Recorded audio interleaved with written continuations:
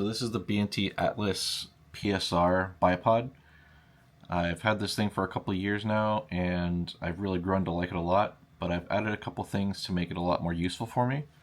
The last thing that I just added was this Leofoto Arca and picatinny mount. So what's nice about this is it has Arca and picatinny in one mount.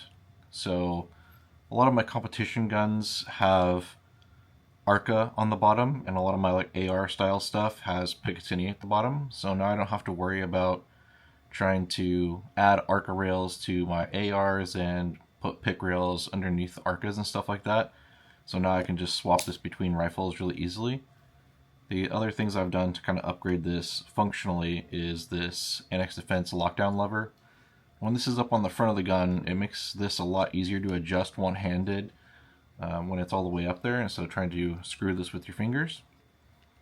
And the other things I've done are these accuracy driven quick deploy plates. So what this does is now lets this to be quick deploy legs instead of having to press this release button every time. I think that was probably one of the better upgrades I've done, because longest part of deploying this is reaching up and individually pushing the buttons and getting it into position every time. So I really liked that upgrade. And for the weight, this thing is incredibly rigid.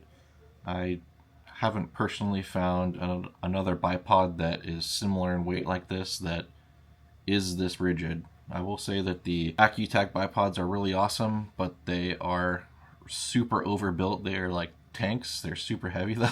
But those are also really great bipods. They're just really heavy. So if you're doing like bench rest or something like that where weight's not a problem, those AccuTac bipods are really awesome. But I've really been a fan of these.